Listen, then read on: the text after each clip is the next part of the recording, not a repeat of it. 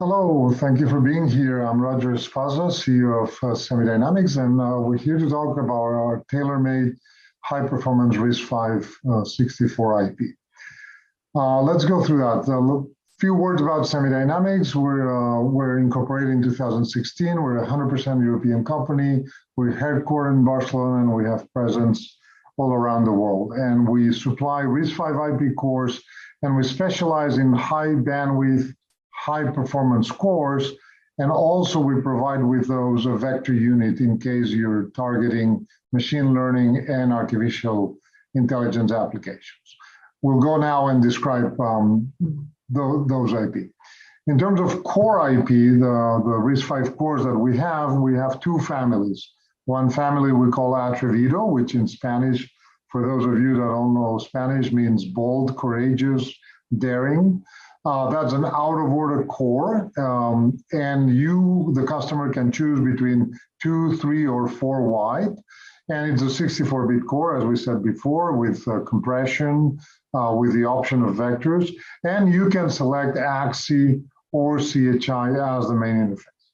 Then we have a second family of cores in order, which we call Avispado. Again, for those of you that don't know Spanish, Avispado means fast, witty, intelligent. This one is 2 wide. Again, same characteristics as the Atrevido. It's 64 bits with compression, and you get to choose between an interface to the memory system, which can be non-coherent, AXI, or coherent, CHI.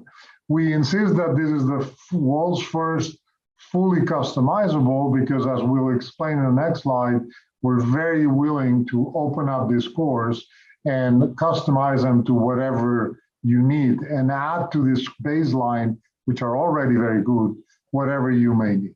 So let's go into the unique features of these cores, right? The first bullet is the one I want to really insist, is that we are ready and happy to customize each core to whatever you need. So it may be new instructions, it may be new data types, it may be that you need new memory types, or maybe a scratchpad memory, or maybe 2 memory ports, one that's going to, I don't know, some special accelerator that you have, and another one that's going to main memory, and another one that's going to some unique, I don't know, CAM.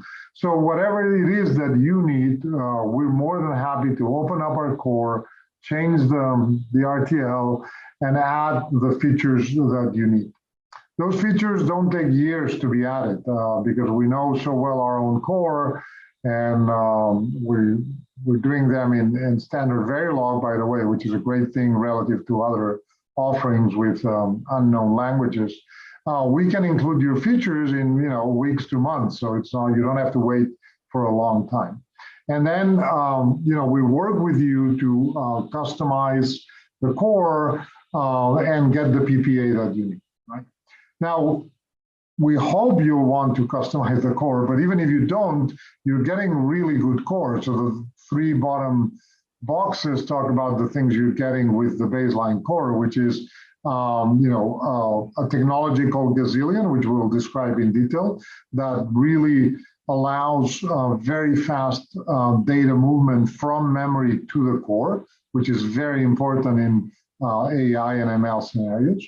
Then with that, we claim we have really the fastest cores moving data on the market. And also we're process agnostic. There's a very fast core with the disclosed PPA under NDA, but we have customers going to 5 nanometers. We have 12 nanometers, we have 22, you name it, we can be there. So no, process agnostic. Now, turning our attention to the other IP we have is our RISC-V vector unit. It's called the VPU 823. The first 8 is because it's 8 wide, and the 23 is because it's been released in year 23. It's compliant to the RISC-V vector specification 1.0, so full compliance. You don't need any special compiler. You just use the normal compilers, and they'll generate the correct code. And you, the customer, get to fully choose many things of this vector unit. You can choose the vector length, how big is each vector register between 128 to 4096 bits.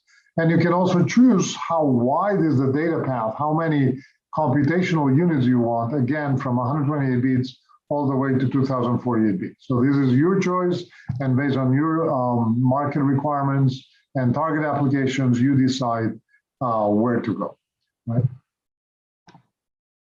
Oops, I went backwards. Things that happen. This is a slide where we try to help our customers choose, which of these cores and which combinations should I use. And well, we tend to say that, going from on the top of the table, the least amount of performance all the way down to the maximum amount of performance. If you have an edge controller, we recommend the in-order core, Avispado. If on that edge controller, you're doing 2D, 3D image processing, or maybe it's an SSD controller and you're doing a little bit of processing, you want to run AI ML on that edge controller, then we would recommend go with the in-order core and put the vector unit, right?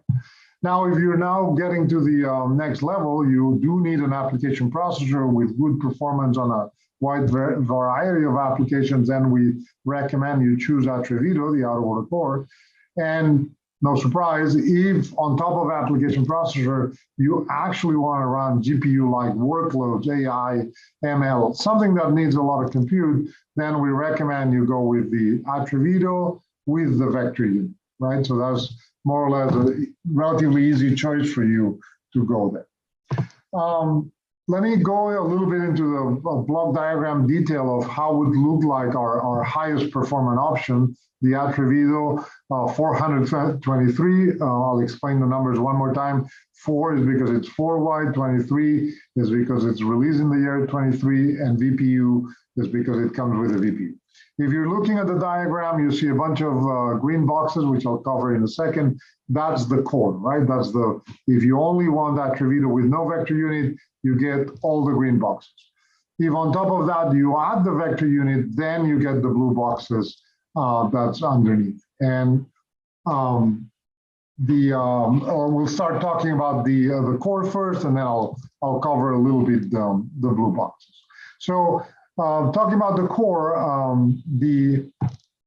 I won't go into all the detail, but I do want to mention that you get to change and customize a lot of the characteristics of the core. We have a 16 kilobyte I-cache, which obviously you can change the size. We have an ITLV, you can change the size. We have a branch predictor page with RAS, and obviously you can change, how big and how small you want it. As we said at the very introduction of this talk, for decoder and renaming, you can choose 2, 3, or 4 wide. So you sort of set a little bit the PPA and the performance that you can get. Then as we go into the blocks to the right, you can see that from decoder and rename, we go into three major issue queues: the memory issue queue, the general issue queue, and the vector floating point issue queue. You can quickly see that our core is organized around 2 issues for the general issue queue, and then the vector floating point issue queue issues instructions either to the floating point or to the vector unit. And the memory issue queue is responsible for issuing all the memory instructions, including vector loads and vector stores, down the memory pipeline. Again, a lot of things can be customized in the memory pipeline. The D-cache size you can choose, TLV size you can choose, and the amount of Gazzillion technology is something you can also choose. On top of all of that I already mentioned, if you read the things on the right that are in bullets, you can see there's a bunch of available extensions. You get bit manipulation, you get single double, you get crypto, you get CMOs, and a few other minor ones. So you get to select which ones you want in your core, and we can add them or remove them. Insist one more time that you get a choice of whether you want a native AXI interface, or a non-coherent interface, or you want a coherent CHI interface, which is also native. So the core natively speaks CHI. And so you can connect it to any NOC or any system level cache that speaks CHI. There are many vendors in the market that can provide. That's the green part, the core. If we talk about the blue part, you can see that there's a couple of choices, right? You can see it's organized in some very regular structures. Each of those structures is called a lane. And you, the customer, chooses how many lanes you want. That's what we call the data path length and how many total bits you want. You can also choose how big the vectors are, as we discussed before. And that's going to change the size of the vector register file that you see in the picture. Moving on and getting into more details into the vector unit, we have here the picture, a little bit more detail inside one lane. You can see in the blue box, it says lane 0, and there's lane 1 and lane n-1. So you, the customer, says how many lanes you want. That's the number of bits that you're going to have, and you actually have a formula there. Sorry for the algebra, but the data path length, the number of bits in your data path, is going to be the number of lanes, which is something you choose, times the biggest data type you're choosing. So if you have only 8-bit data types and you have 8 lanes, 8 times 8, that would be 64. If you have 16-bit data types, 8 times 16, that would be an 828 vector. As we said, the intro, it fully implements the RISC-V Vector 1 specification, including LMOL and segmented loads. It's ready for out of order. This is super important because that's something unique, that we are the only ones to have an out of order vector unit. And not to repeat, but you have a number of customizable settings. Moving on, I wanted to also cover this thing that we've mentioned already a couple of times, called Gazzillion, which is a technology that effectively turbocharges memory retrieval. And to explain that, we have a little bit of explanation here, and then we have a very nice chart. The idea is that most processors use a serial technology for going to memory. And you all know what a cache is. The processor goes into the cache, looks inside the cache, and if the data is not there, what does the processor do? It goes make a request to memory, and then it waits for that data to come back. And we call that a stop and go processor. Now, instead of doing stop and go, which is not good because you're waiting, doing nothing, right? What we have with Gazzillion is the ability to send out to the memory system all the way to 128 simultaneous requests, which means that instead of stop and go, we send requests, send requests, send requests, send requests, blah, blah, blah, blah, until 128. And then by the time we're sending the request number 128, the data has already come back. So for the first request. So what this enables is that our processors never stop. Instead of stop and go, they're go, go, go, go, go. They're never stopping, right? So that's what the Gazzillion does. And although this is a little bit abstract, to put it into context in this chart, what we do is plot a bunch of cores that are available in the market. On the horizontal axis, you have the retirement issue width of these cores, how many instructions they retire.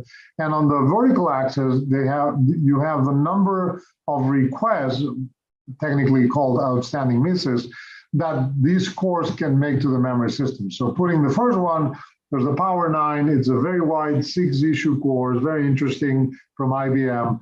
But to the best of our knowledge, it can make 16 requests into the memory system.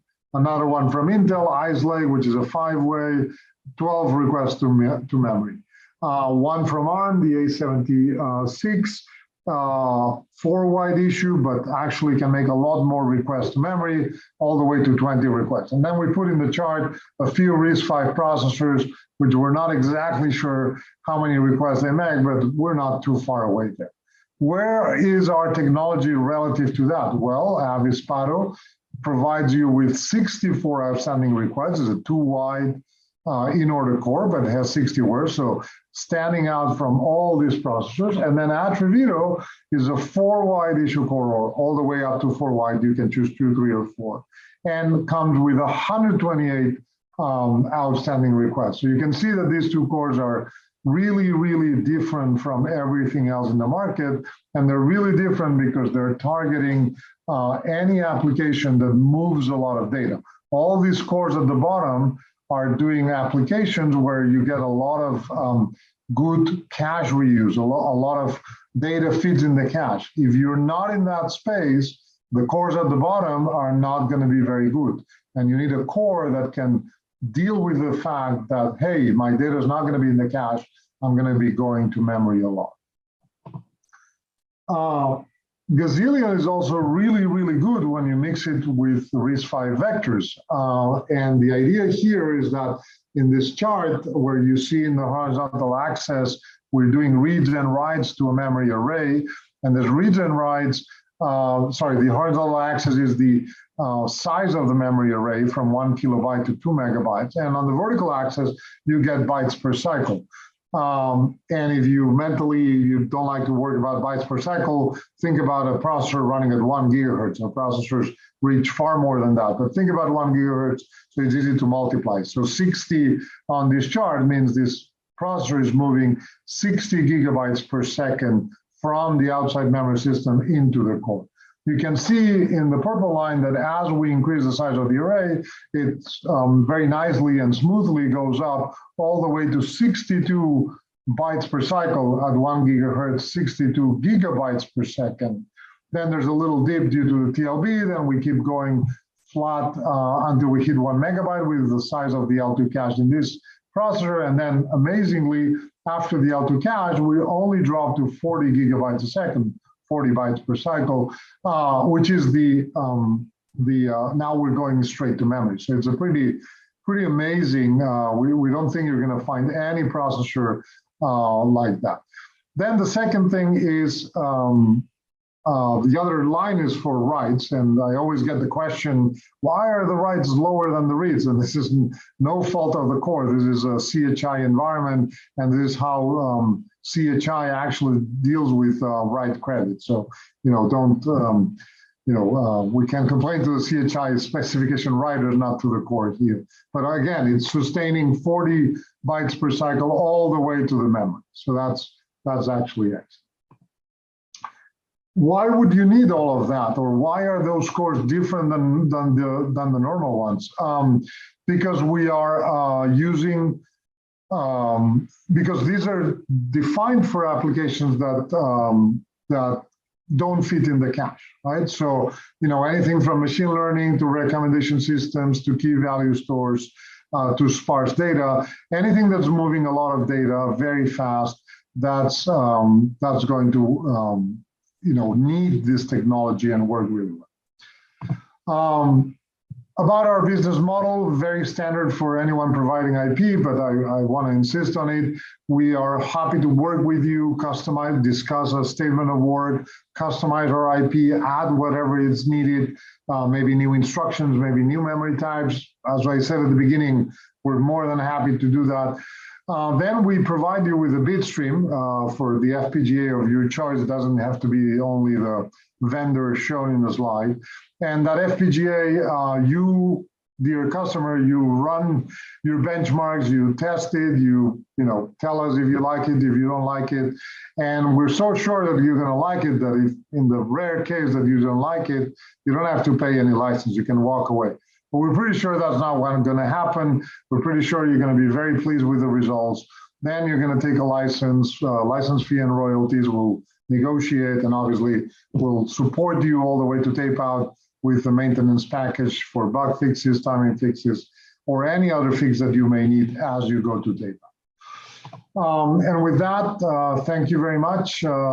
Thank you for listening, and I'll be glad to respond to questions in the Q&A session. Thank you.